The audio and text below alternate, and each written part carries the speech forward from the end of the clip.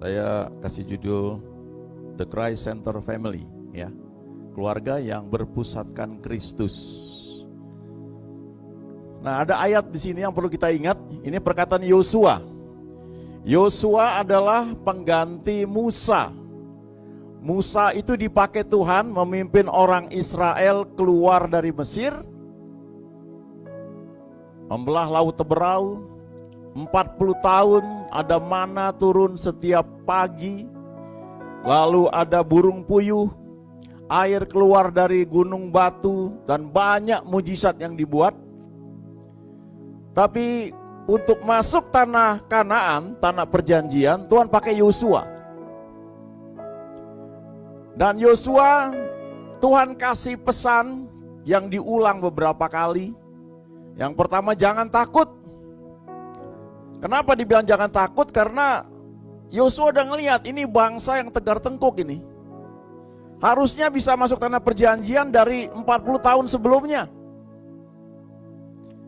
Yosua dan Kaleb dikirim bersama dengan 10 pengintai yang lain melihat tanah perjanjian, melihat tanah yang sama, tapi yang 10 berkata negatif.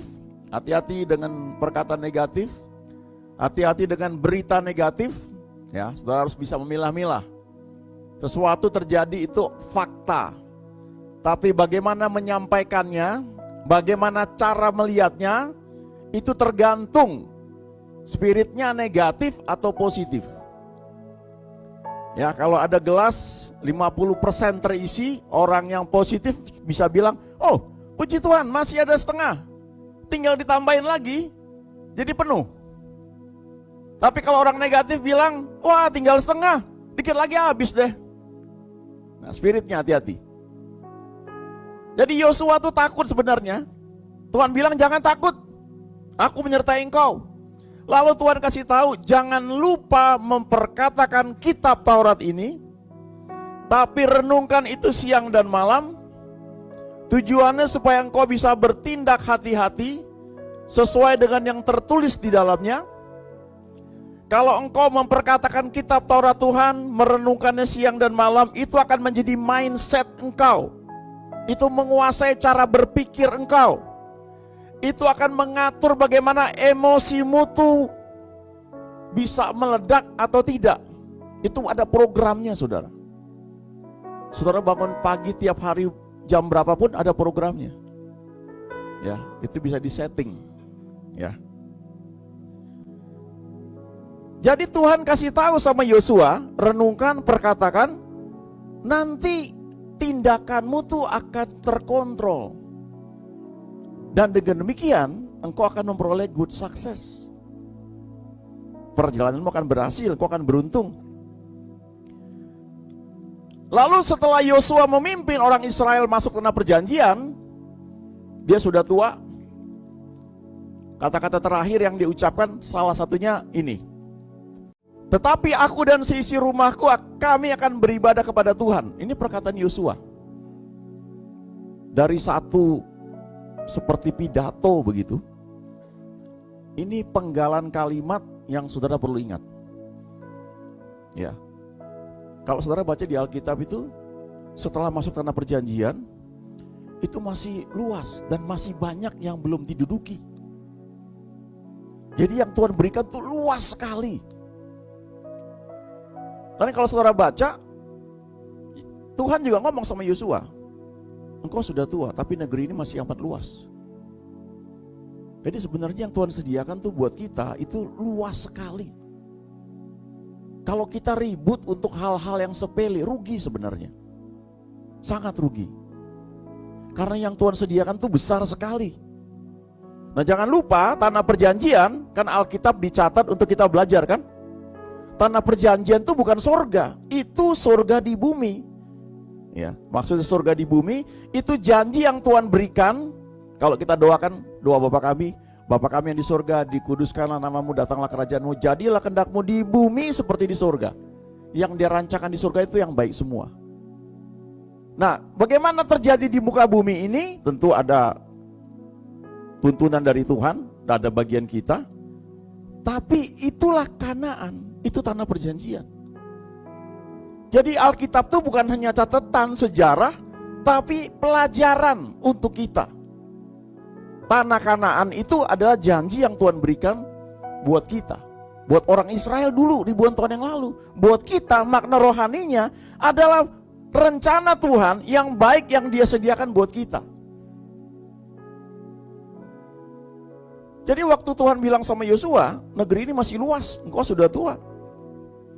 Artinya masih banyak yang Tuhan sediakan buat kita. So, kalau kita pernah lalai sebelumnya, ribut untuk hal-hal sepele, ayo tinggalkan aja.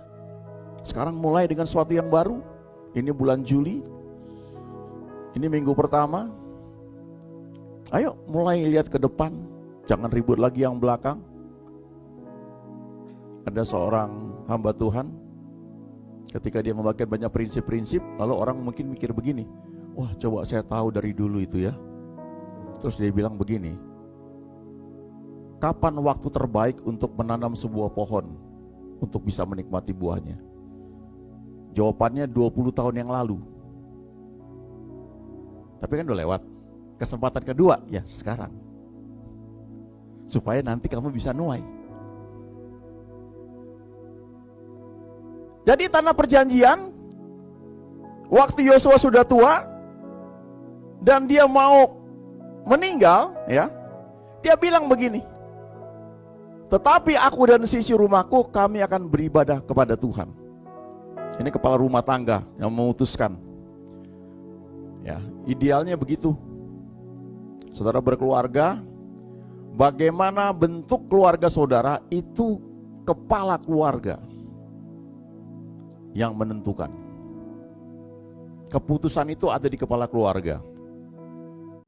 Tapi seringkali, seperti keluarga saya, walaupun bapak ibu itu Kristen, keputusan untuk beribadah itu bukan dari bapak saya. Bahkan bukan dari ibu saya sebenarnya. Karena yang terima Yesus pertama itu saya, di Bandung. Habis itu adik-adik saya. Lalu ibu saya. Terus bapak saya. Jadi bapak saya yang belakangan kenal Tuhan, penuh Roh Kudus. Jadi kasusnya mungkin beda seperti ini. Ya, jadi jangan excuse kalau suami saya nggak mau sih. Jangan tunggu suami, saudara mulai.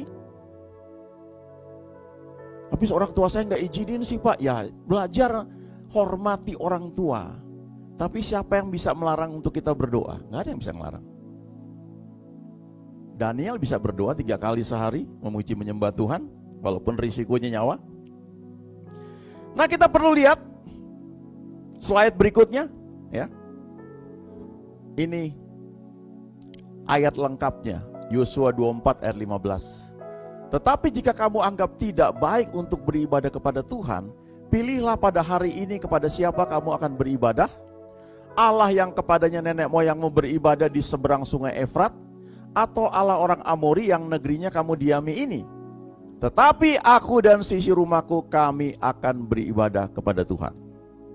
Itu keputusan Yosua. Nah ini menarik ya, saya cepat renungkan ya. Kenapa Yosua ngomong begini? Kalau kamu anggap tidak baik untuk beribadah kepada Tuhan, Tuhan, ya, itu Jehovah, Tuhan yang punya perjanjian dengan kita. Pilihlah pada hari ini kepada siapa kamu akan beribadah. Pilihannya itu dikasih tahu. Kalau nggak mau kepada Tuhan, pilih. Ada 2. Allah yang kepadanya nenek moyangmu beribadah di seberang sungai Efrat. Ternyata tuh nenek moyang itu adalah Abraham, Terah bapaknya itu, dan semua keluarga besar yang dulu di Ur-Kasdim, di Mesopotamia. Itu tempat berhala. Makanya Abraham dipanggil keluar dari Ur-Kasdim, dari Mesopotamia, karena Tuhan mau pakai dia. Kalau tinggal di situ nggak bisa. Lingkungan itu mempengaruhi. Saudara bergaul dengan siapa, hati-hati, itu mempengaruhi hidup saudara.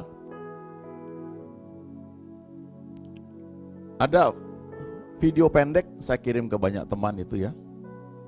Potongan dari satu training yang diberikan oleh James Gui, ya, terkenal sekali. Dia kasih nasihat yang bagus.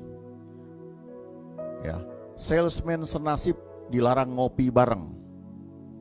Ya. Kalau dibilang senasib tuh artinya ya sama-sama nggak berhasil gitu. Ya, jangan ngumpul bareng. Lo jualan berapa? Gak bisa ya, gak dapat ya, iya susah ya. Lo gimana? Lo gak dapat, sama dong, gue juga. Lo sama, sama kita bang, susah ya ekonomi, susah memang zaman sekarang ini. Gak akan maju. Lingkungan mempengaruhi. Abraham dipanggil keluar dari Ur Kasdim, itu di seberang sungai Efrat dulu. Makanya disebut Abraham itu orang Ibrani. Ibrani itu artinya orang yang menyeberangi sungai Efrat ini. Atau Allah orang Amori yang negerinya kamu diami ini. Karena arti Amori itu adalah kesombongan. Waktu sudah masuk tanah perjanjian, jangan lupa ini sudah masuk ya, sudah menang merebut banyak hal. Dan kalau di padang gurun itu mereka nggak ngapa-ngapain ya, selain pagi tuh mungut mana, cari mana cuma secukupnya, nggak bisa nyimpen, nggak bisa nabung. Tapi begitu masuk tanah perjanjian, mananya berhenti, harus kerja. Tapi hebatnya, kalau kamu kerja begitu rajin, hasilnya akan banyak sekali. Itu nggak sama setiap orang. Kalau sungguh-sungguh rajin, karena itu tanah diberkati, hasilnya sangat luar biasa. Saudara yang pernah ke Israel pasti melihat ya. Ya, saya masuk dari Mesir. Itu waktu masuk dari Mesir, saudara, itu kan daerah tuh semuanya padang gurun. Begitu masuk Israel, saudara, itu hijau, lautnya bersih, bagus. Ada teman yang dulu barang-barang dari sini berangkat, begitu lagi ngantri mau masuk ke Israel tuh sudah lihat gitu kan, nangis saudara, ngelihat gitu aja. Waduh, ini tanah yang diberkati. Saudara lihat sampai sekarang, itu bangsa yang luar biasa. Tapi harus kerja keras. Tapi kerja oleh anugerah dan diberkati Tuhan. Nah, itu tanah perjanjian, ada Allah orang Amori. Kenapa yang disebut Amori? Karena arti Amori itu kesombongan. Artinya begini loh, kalau kita nggak hati-hati, kita sudah di tanah perjanjian dan kita diberkati, kita bisa jatuh dalam kesombongan tanpa kita sadari. Walaupun kita pelayanan, Tuhan berkati, kita naik terus. Tapi banyak orang sebenarnya, karena namanya hukum kerajaan itu ada dua, saudara. Yang pertama berlaku umum, rajin pangkal pandai, hemat pangkal kaya, itu umum. Saudara rajin, saudara sungguh-sungguh, saudara diberkati. Tapi ada yang spesial yang Tuhan berikan karena kita punya perjanjian dengan Dia. Nah, itu yang buat saya sangat menggairahkan ya. Dibedakan daripada orang lain. Bukan membatalkan yang pertama, tetap harus lakukan bagian kita. Tapi ada saat-saat tertentu Tuhan tuh membuat perbedaan. Kalau kita kenal Dia. Jadi kalau nggak hati-hati, kita bisa jatuh dalam kesombongan karena kita merasa ini kerja keras kita. Dan memang perlu kerja keras. Paulus sendiri bilang, aku bekerja lebih keras daripada yang lain, tapi bukannya aku. Kasih karunia Kristus yang di dalam aku. Ya, jadi buat adik-adik yang masih sekolah harus rajin belajar. Ada bagian yang harus dikerjakan. Nah, kenapa saya cerita ada pembedaan ya? Ini kesaksian ya. Hati-hati jangan salah nangkep, tapi buat saya ini sangat menggairahkan. Saya pernah dengar seorang hamba Tuhan khotbah. Dia kuliah di luar negeri. Ya. Dan dia tidak bisa bahasa di negeri tersebut. Dia kesulitan sekali. Yang menarik adalah dia nggak bisa gambar. Ini khotbah dia secara umum, jadi dia cerita ke semua orang. Sangat memberkati. Dia pilih jurusan arsitek, nggak bisa gambar. Jadi waktu ujian, dia udah takut, dia doa sungguh-sungguh latihan, tetap dia susah gambar. Tiba-tiba dia bangun kesiangan. udah susah gambar, ujian gak ikut gara-gara bangun kesiangan. Waduh, rasanya gimana? Dia datang ke sekolahnya, dia lapor, Pak, maaf Pak, saya tadi gak bisa datang ujian. Dosennya langsung motong, iya biasa kan penyakit wanita, udah nanti ujian susulan nanti. Jadi dokternya kira ini karena penyakit wanita kalau datang bulan terus sakit gitu, padahal kesiangan sebenarnya. Gak sempat ngomong, udah dipotong sama dosen itu. Lalu dia bilang, Tuhan, ujian bareng aja saya udah takut, ini suruh sendirian susulan gimana? Tapi dia nurut, besoknya dia datang. Begitu dia datang, ketemu dosen, dikasih soalnya, Bu suruh gambar 6 gambar. Dia lagi gambar gitu ya, terus udah beberapa lama dia gambar kan lama karena dia susah gitu. Dosennya bilang, sebentar ya saya telepon sebentar. Dosennya keluar, telepon. Sudah waktunya habis, gambar belum selesai, tapi dosen belum datang. Jadi dia terusin gambar sampai selesai semuanya. Udah lewat musinya mungkin 1 jam tuh sampai 3 jam kalau nggak salah, pokoknya lama banget. Baru dosen datang, udah selesai. Oh, wah tapi kelamaan ya, kan nggak fair dong. Kan musinya 1 jam, kamu 3 jam, nggak fair dong. Ulang lagi besok ya. Terus dia bilang, Tuhan ini gimana? Dia nurut, lakuin aja semua, besok dia datang lagi. Ya, ditungguin kali ini dia gambar, dosennya nungguin. Kemarin dosennya nelpon, kali ini ditelepon orang lain. Ditelepon, jadi dia keluar. Jadi ini anak digambarin lagi. Sudah 1 jam belum kelar, dosen belum datang, dia gambar terus sampai selesai, baru dosennya masuk. Dosennya bilang, lah telat lagi ya, kelamaan ini ya. Tapi ya udahlah kan, bukan kamu yang salah kan, saya yang salah. Ada pembedaan. Bukan untuk hidup semaunya, bukan. Ya. Lalu Yosua bilang, aku dan sisi rumahku, kami akan beribadah kepada Tuhan. Kehidupan adalah semuanya soal pilihan. Tadi pagi saudara juga mikir, mau ke gereja apa enggak? Mau gereja yang mana? Mau ikut doa pagi apa enggak? Semua masing-masing pilihan. Ada pertimbangan. Life is nothing but a series of choices, ya. Kehidupan itu soal rangkaian pilihan yang kita ambil, diikuti oleh rangkaian konsekuensi yang menyertainya. Jadi saudara milih sesuatu, ada konsekuensinya. Makanya bangunlah hubungan dengan Tuhan. Nah, kita perlu lihat dulu Kejadian 1 ayat 26 sampai 28. Ini awal pembentukan keluarga. Tuhan bilang begini, baiklah kita menjadikan manusia menurut gambar dan rupa kita, supaya mereka berkuasa atas ikan-ikan di laut dan burung-burung di udara, dan atas ternak dan atas seluruh bumi dan atas segala binatang melata yang merayap di bumi. Maka Allah menciptakan manusia itu menurut gambarnya, menurut gambar Allah diciptakannya dia, laki-laki dan perempuan. Allah berfirman, ya, Allah memberkati mereka lalu berfirman, beranak cuculah, bertambah banyak, penuhilah bumi dan taklukkanlah itu, berkuasalah atas ikan-ikan di laut dan burung-burung di udara dan atas segala binatang yang merayap di bumi. Ya, jadi kita perlu ingat, keluarga itu lembaga yang dibentuk oleh Tuhan pertama kali dan ada rencananya, karena Dia mau membuat kita menjadi perwakilan Dia di muka bumi. Dia bilang supaya mereka berkuasa. Ya, slide berikutnya ini penekanannya saja ya. Ya, ini yang kiri ayat 26 27. Ayat 28 ini. Allah memberkati mereka lalu berfirman. Jadi diberkati dulu pernikahan, lalu beranak cuculah dan bertambah banyak. Penuhilah bumi, taklukkanlah itu. Ini ayat ngajar banyak saudara. Diberkati, beranak cuculah.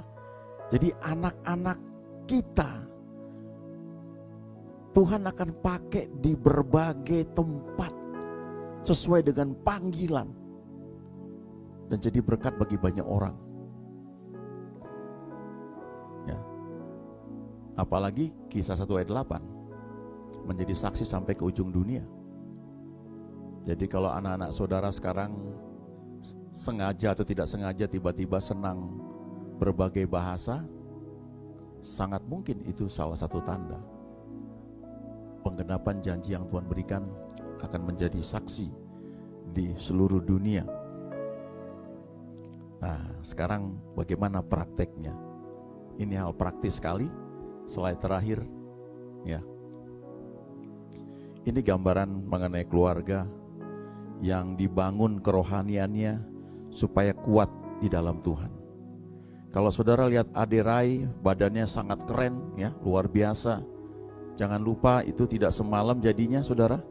Itu butuh waktu dan itu perlu ketekunan, konsistensi melakukan sesuatu yang berdampak panjang. Ada 5 hal setidaknya di tempat ini yang tersedia. Yang pertama adalah BRF, Bible Reading Family. Kita punya satu jadwal pembacaan Alkitab. Tiap hari 5 pasal. Hari ini tanggal 6, baca Amsal 6, 1 pasal. Lalu baca 1 pasal perjanjian baru. Lalu 3 pasal perjanjian lama. Kita sudah ikut ini udah 8 kali kalau nggak salah, 8 tahun. Ya, atau sudah 7 tahun, ini yang ke-8. Setahun selesai. Ngerti nggak? Enggak, banyak yang nggak ngerti. Tapi baca aja. Itu sesuatu yang kelihatannya sepele, tapi berdampak panjang.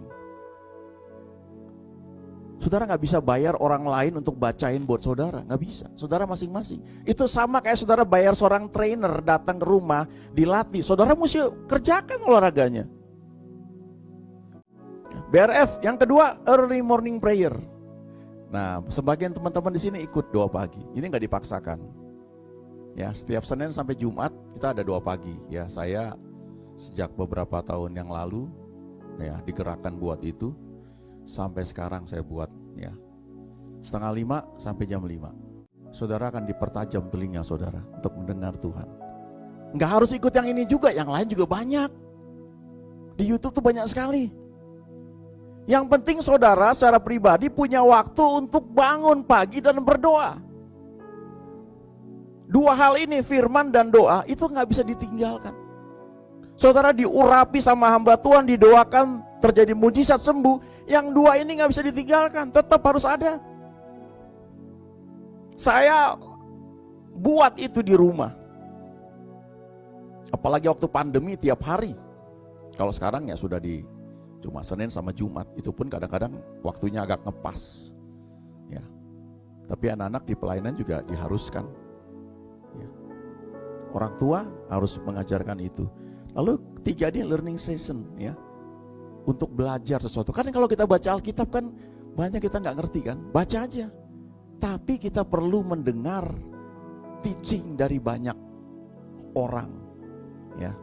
Dari hamba Tuhan yang kita kenal, kita sedang belajar. Kalau kesembuhan, dengarlah hamba-hamba Tuhan yang ngajarkan kesembuhan.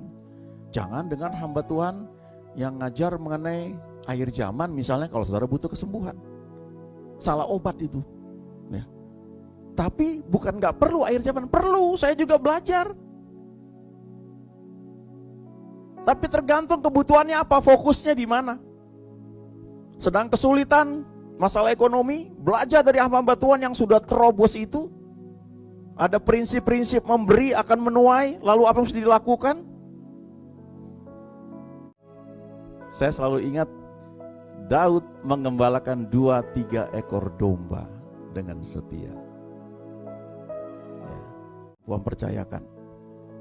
4 house of prayer. Di tempat ini setiap Sabtu ada doa pagi, saudara. Jam 6 sampai jam 7. Itu bukan pekerja, jemaat juga boleh. Tapi cuma Sabtu pertama dan Sabtu ketiga. Tapi kalau saudara nggak bisa ikut, mau ikut lewat Zoom juga bisa, ya. Dan juga lewat YouTube juga ada. Lalu yang kelima, Cool, Community of Love. Kita perlu satu tempat untuk bisa berinteraksi.